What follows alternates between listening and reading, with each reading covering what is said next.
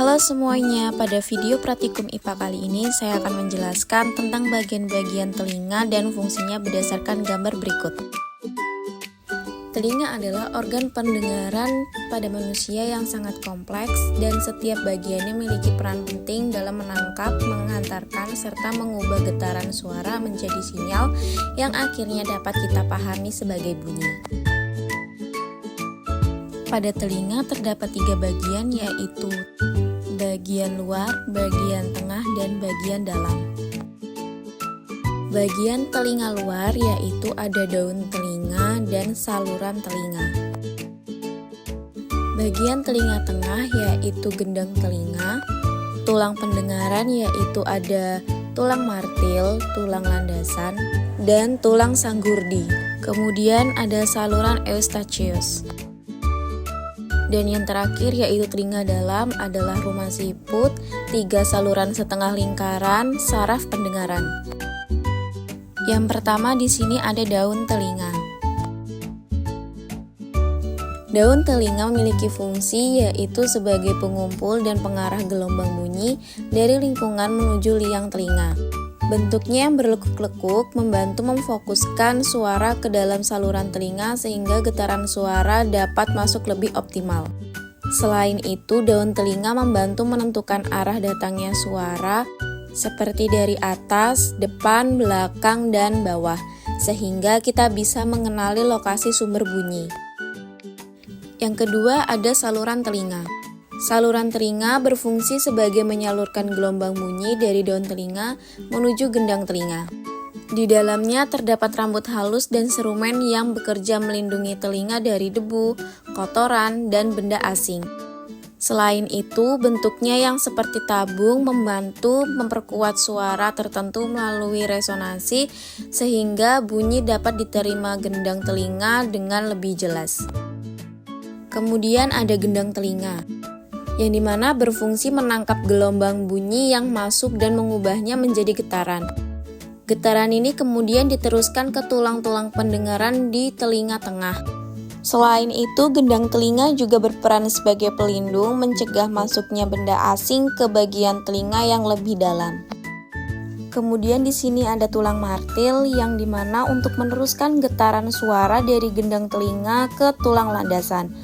Tulang ini membantu memperkuat dan mengarahkan getaran agar dapat diteruskan dengan efektif ke bagian telinga tengah berikutnya, sehingga proses pendengaran berjalan lebih optimal. Kemudian ada tulang landasan yang dimana meneruskan dan memperkuat getaran dari tulang martil menuju tulang sanggurdi. Tulang ini menjadi penghubung penting yang memastikan getaran suara dapat diteruskan secara efisien ke bagian telinga tengah berikutnya. Kemudian ada tulang sanggurdi yang dimana meneruskan getaran dari tulang landasan ke jendela oval pada telinga dalam. Tulang ini memperkuat dan menyalurkan getaran agar dapat masuk ke koklea sehingga proses pendengaran dapat berlangsung dengan baik. Kemudian ada saluran eustachius. Saluran eustachius berfungsi sebagai menyamakan tekanan udara antara telinga tengah dan lingkungan luar. Saluran ini juga membantu mengalirkan lendir dari telinga tengah ke tenggorokan, sehingga menjaga keseimbangan tekanan dan mencegah infeksi. Kemudian ada rumah siput atau koklea, yang berfungsi mengubah getaran suara yang diteruskan dari telinga tengah menjadi impuls listrik. Impuls ini kemudian dikirimkan oleh saraf pendengaran ke otak sehingga bunyi dapat dikenali dan dipahami. Kemudian ada 3 saluran setengah lingkaran yang berfungsi sebagai menjaga keseimbangan tubuh dengan mendeteksi gerakan kepala, terutama gerakan memutar.